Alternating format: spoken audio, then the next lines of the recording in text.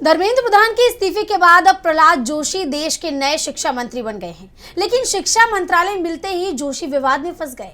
युवाओं के निशाने पर आते दिखाई दे रहे हैं, क्योंकि शिक्षा मंत्रालय की कमान संभालते ही जोशी ने धर्मेंद्र प्रधान की तारीफें शुरू कर दी। कहा कि प्रधान ने बहुत अच्छा काम किया है। सवाल उठ रहे हैं कि प्रधान के शिक्षा मंत्री रहते बार बार पेपर लीक होना क्या उनकी बड़ी उपलब्धि है, जिसकी तारीफ नए शिक्षा मंत्री करते दिखाई दे रहे हैं। इससे पहले वित्त मंत्री का एक वीडियो भी वायरल हुआ था, जिसमें वित्त मंत्री निर्मला सीतारमण पेपर लीक के फायदे गिना रही थी। यानी मोदी राज में शिक्षा मंत्री ही बदला है, पेपर लीक मामले पर कुछ नहीं बदला। आगे भी पेपर लीक होते रहेंगे। प्रहलाद जोशी के बयान को लेकर विपक्ष में नाराजगी दिखाई दे रही है। छात्रों के अंदर भी गुस्सा साफ झलक रहा है कि आखिर नए शिक्षा मंत्री पहले की लीक पर ही चले गए तो बदलाव क्या हुआ। अगर पेपर लीक रुकेगा ही नहीं तो छात्रों के धरने से क्या हासिल हुआ? सिर्फ ये कि मोदी सरकार का एक मंत्री इस्तीफा देने को मजबूर हो गया। छात्रों की डिमांड सिर्फ प्रधानमंत्री का इस्तीफा नहीं था, बल्कि परीक्षाएं बड़ा मुद्दा थी, जो धर्मेंद्र प्रधान के शिक्षा मंत्री रहते हुए सही तरीके से नहीं हो पा रही थी, जिसके चलते प्रधान का इस्तीफा लिया गया। लेकिन नए शिक्षा मंत्री प्रहलाद जोशी ने जो बयान दिया है, अब वो उस पर निशाने पर आ गए हैं। कई सवाल उठ रहे हैं। हमारी सरकार में कोई इस्तीफे नहीं होते, ये कहने वाली मोदी सरकार में जल्द ही एक और इस्तीफा होने वाला है। वैसे भी छात्रों के गुस्से की धमक इस वक्त पूरे देश में दिखाई दे रही है।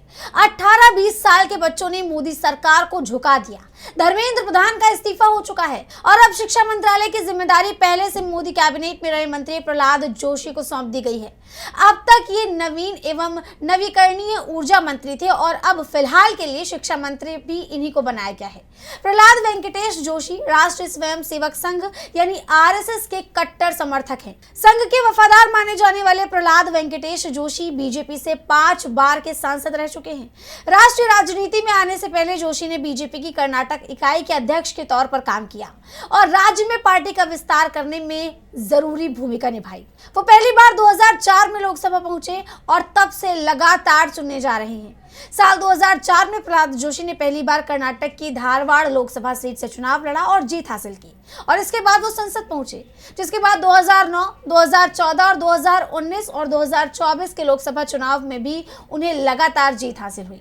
और 2014 यानी केंद्र में मोदी सरकार के आने के बाद प्रहलाद जोशी को कई जिम्मेदारियां मिलनी शुरू हुई। 2014 के बाद उन्होंने लोकसभा में कई संसदीय समितियों और अध्यक्षीय पैनल में भी जिम्मेदारियां निभाई हैं। 30 मई 2019 को उन्होंने पहली बार केंद्रीय मंत्री के रूप में शपथ ली। साल 2019 में प्रधानमंत्री नरेंद्र मोदी की दूसरी सरकार में उन्हें संसदीय कार्य, कोयला और खान मंत्रालय जैसे जरूरी विभाग सौंपे गए। वही 2024 में तीसरी मोदी सरकार के गठन के बाद उन्हें उपभोक्ता मामले, खाद्य एवं सार्वजनिक वितरण और नवीन एवं नवीकरणीय ऊर्जा मंत्रालय की जिम्मेदारी दी गई और अब शिक्षा मंत्रालय भी प्रहलाद जोशी को दे दिया गया।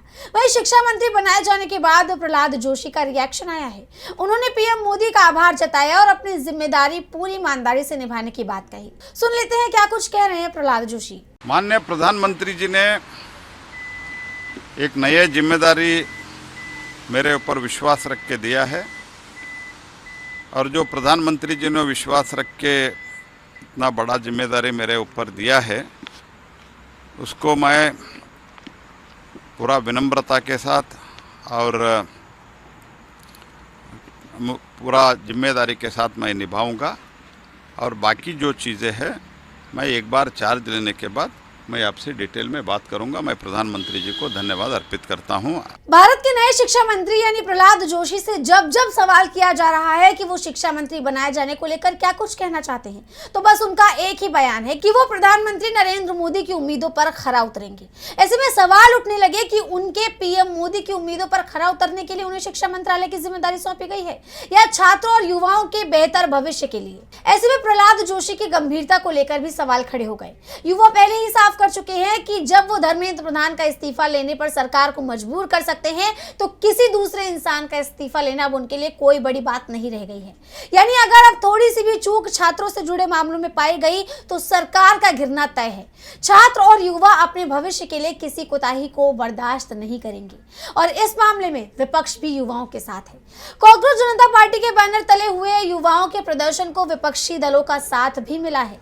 विपक्ष के कई सांसद नेता इस प्रदर्शन में शामिल हुए और युवाओं का हौसला बढ़ाया। और अब जब युवाओं ने सरकार को झुका लिया है, धर्मेंद्र प्रधान का इस्तीफा हो चुका है, तो युवाओं के हौसले को न सिर्फ विपक्ष के नेता बल्कि सरकार के तमाम लोग भी सलाम कर रहे हैं और बीजेपी को ही घेर रहे हैं। केंद्रीय शिक्षा मंत्री के पद से धर्मेंद्र प्रधान के इस्तीफे के बाद राजनीतिक दलों से जुड़े लोगों की प्रतिक्रिया आनी शुरू हो गई है। धर्मेंद्र प्रधान के केंद्रीय शिक्षा मंत्री के पद से इस्तीफा देने के बाद बीजेपी के वरिष्ठ नेता और पूर्व मंत्री मुरली मनोहर जोशी ने भी प्रतिक्रिया दी है। धर्मेंद्र प्रधान के इस्तीफे पर बीजेपी के वरिष्ठ नेता मुरली मनोहर जोशी ने सोशल मीडिया प्लेटफॉर्म एक्स पर पोस्ट किया और कहा कि देर आए दुरुस्त आए, धर्मेंद्र प्रधान ने अपना इस्तीफा सौंप दिया है। बीजेपी नेता मुरली मनोहर जोशी ने छात्रों को उनके आंदोलन के शांतिपूर्ण समापन के लिए भी बधाई दी। दिल्ली के जंतर मंतर में छात्रों का आंदोलन समाप्त होने पर बीजेपी के वरिष्ठ नेता मुरली मनोहर जोशी ने कहा, मैं आंदोलन को शांतिपूर्ण ढंग से खत्म करने के लिए सभी छात्रों की सराहना करता हूं और उन्हें बधाई देता हूं। मुझे उम्मीद है कि अब भारतीय शिक्षा जगत में जल्द बदलाव आएगा। प्रधान के इस्तीफे पर गृह मंत्री अमित शाह की प्रतिक्रिया भी आई है।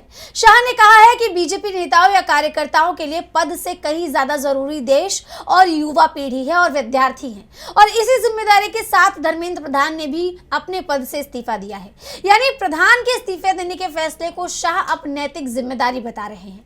ऐसे में सवाल उठ रहे हैं कि 1 महीने से प्रधान को ये जिम्मेदारी याद क्यों नहीं आई। प्रधान ने चुप्पी तक नहीं तोड़ी थी जब सिस्टम की लापरवाही युवाओं के जान जाने की वजह बन गई थी।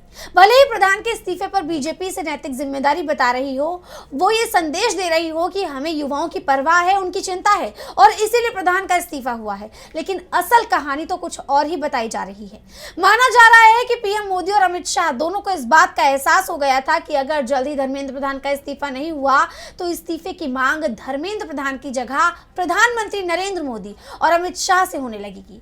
और युवाओं ने तो मोदी के इस्तीफे की मांग शुरू भी कर दी थी, जिससे डर कर आनन फानन में धर्मेंद्र प्रधान का इस्तीफा लिया गया।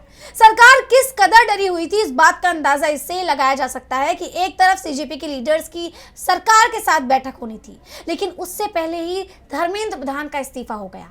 ऐसे में माना जा रहा है कि पीएम मोदी ने अपनी कुर्सी बचाने के लिए प्रधान का इस्तीफा लिया है, लेकिन युवा भी साफ कर चुका है कि ये तो बस शुरुआत है। युवाओं की चेतावनी के बाद ये भी माना जा रहा है कि अभी और भी कई बड़े नेताओं की कुर्सी पर गाज गिर सकती है। वैसे भी मोदी सरकार को छात्रों की डिमांड पूरी भी करनी है।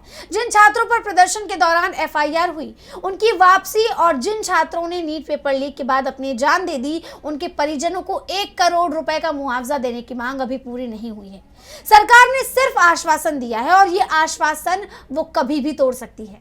ऐसे में छात्रों को आगे भी लड़ाई लड़नी पड़ सकती है।